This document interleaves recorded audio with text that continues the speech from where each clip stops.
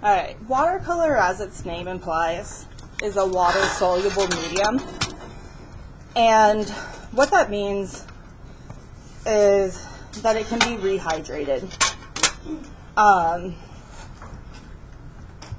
In here I have some what are called half pans. So I'll either call this a tin or sometimes a palette. In watercolor, there's kind of like a need for, I don't know, maybe a broader range of vocabulary, because I will call this a palette. I will also end up calling your plate that I have handed out to you a palette. Your plate is your mixing palette. It's what you're going to do all of your color mixing on. This is simply, in your case, to store your tins. You'll notice yours is much cleaner than mine, hopefully. I try to have my students keep them clean because we end up letting people paint right till the end of class when I'm teaching these workshops, and we don't have time to let it sit open and dry. So if we closed it up, then it would drip color back into these wells and muck up our paints really quickly. At home or at my studio, I can just leave this out and let it dry in the air. At home, I risk getting little dog hairs in there then, but at my studio, I'm good. So I have my mixing palette. I'm using these, but you'll use that ceramic plate. The ceramic plate is a really great option to use. The one thing that you want to be sure about is that you're not using a plate from home that you plan to ever eat off of again. When we start dealing with artist quality pigments, they are no longer necessarily non-toxic. A lot of them contain heavy metals. Cadmium is something that's contained, and especially the yellows and the reds. And if you were to ingest it, you could give yourself poisoning, like a metal poisoning over time. It's somewhat unlikely that you would ingest enough over the course of this class for that to happen, but if you were to work with this professionally, that would be a concern. It is not a concern to work with and get on your skin. If you were mixing your own paints, there could be an inhalation concern, but we're not in this class. It's all already mixed into a binder, so it's not just the powdered pigment. You can buy watercolor either in a pre-filled half pan. These are pretty cemented in here with other paint. A pre-filled half pan like this. I believe this one is from Winsor Newton, and if I wiped this down, I could see the name of the paint and everything there. I think this is Opera Pink. I kind of know where my paints are.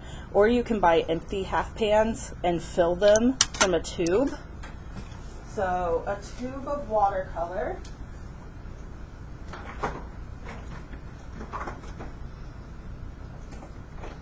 Grab this one. Oh.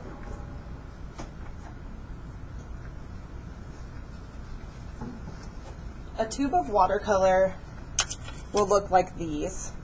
There are smaller little sample size tubes you can get as well. Usually not much bigger than this. Little goes a long way? A little goes a really long way. I have had tubes of watercolor that have lasted me over 100 students working with them. And a lot of times the students are way more heavy-handed with the paint than I am. When it's in this tube, it comes out as a gel-like paste. So if I squeeze some here, good, I need some more anyway, I think. It comes out of the tube like that. There might be some kind of oily substance that comes out with it too. It's just separated out a little bit. That's completely fine. It's not going to affect my watercolor at all. even if it dries out in this tube, it's actually still good. You can cut it open with a X-Acto knife and scrape out what's in there and then rehydrate it. The other thing that you can do with the tubes is you can dollop them out a little bit onto your plate. I prefer having this setup where I am putting them in a well. It keeps them all nice and contained for me, and then I can mix elsewhere. And I use a system that I call like the mother palette, which is where I just keep this messy all the time, and I have like different zones for my colors, and it helps me keep some like color continuity between sessions of painting. So like I have an example of the purple that I was painting with last time still here, and I can kind of mix to try to color match from that. You can also clean off your palette each time. Every so often I'll dampen a washcloth and before I start like clean up the rim here, because that gets really mucky. Although sometimes I also will just grab color like from the rim here to get like a nice gray, because I already have just like an assemblage of color. These palettes, this palette also has like little additional mixing wells here that I tend to put like brighter colors in that I know I just like want a tiny little bit of at a time. Blick used to be my go-to watercolor to buy. They no longer make it, unfortunately. They had consistent supply chain issues for several years, and so they decided that it wasn't worth it for them to keep producing their line. What I now go with typically is Ultrecht. If you want to be super fancy, or Ultrecht doesn't have what you want, Daniel Smith, but Daniel Smith is like the extra expensive brand. I have some of her stuff, so if you want to try it. She has some like specialty type watercolors that I will buy from her line that do like different shimmers and things like that, or color reflection stuff. But overall, I'm usually sticking with like Ultrecht. Winsor Newton is a perfectly fine brand. I also like the Derwent ink tints stuff, but it is not a true watercolor. It's ink pigments that are suspended in a watercolor medium.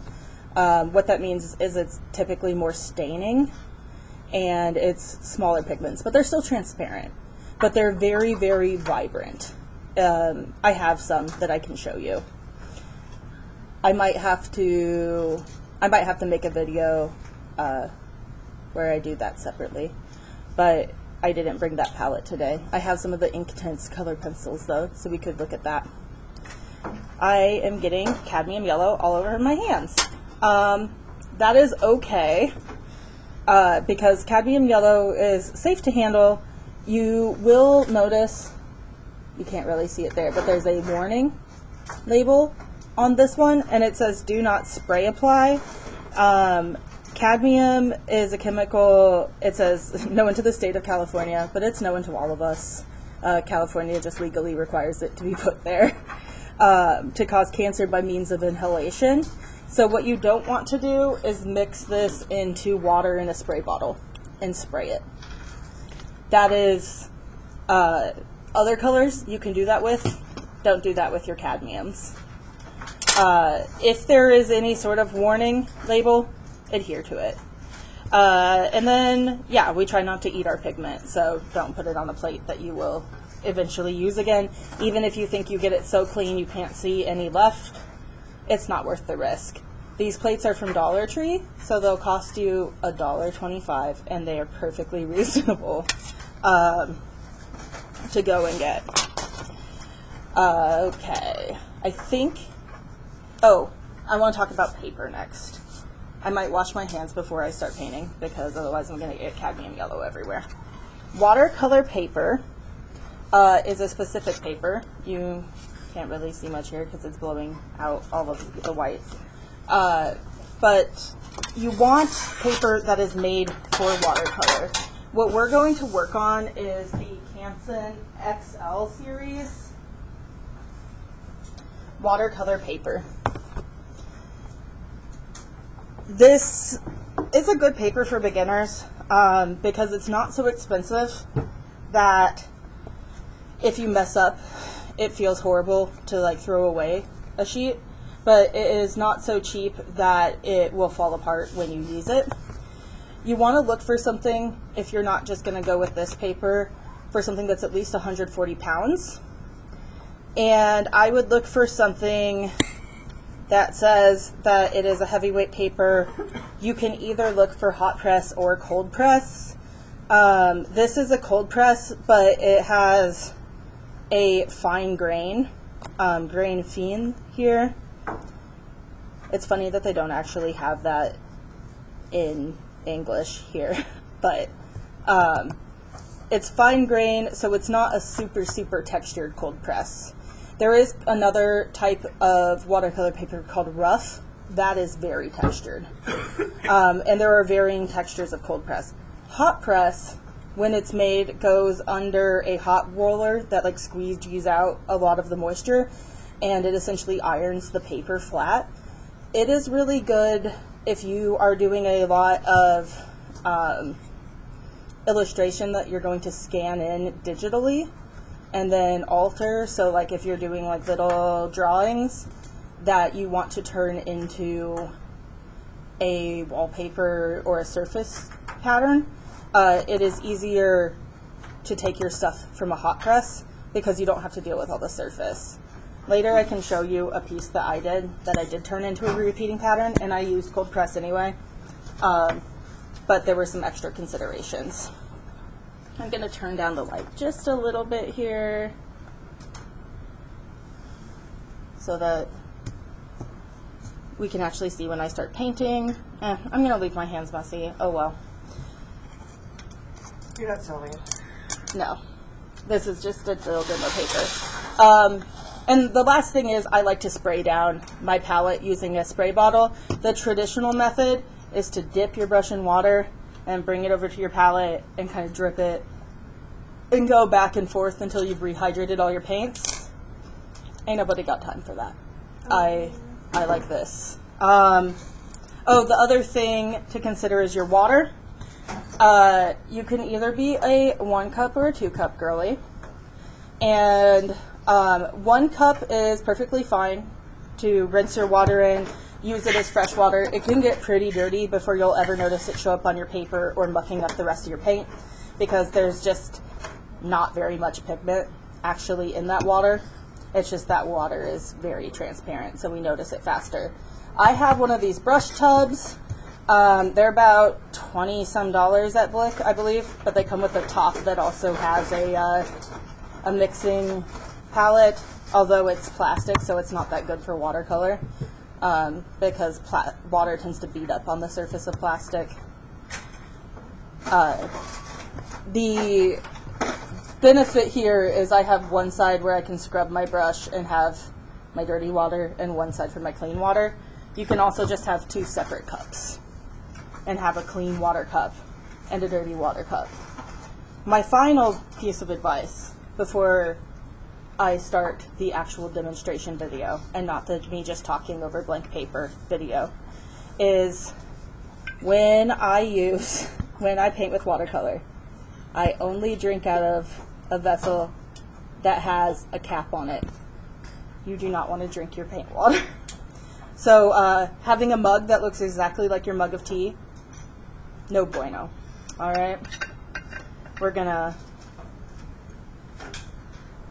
So this helps me avoid drinking paint water. I do this professionally, so I want to be very careful and be able to paint as long as I can, and I don't need any random substance poisonings to confuse my doctors. All right, so that is kind of the introduction to materials. I'm going to stop this video, and then in the next video, we'll do the demo.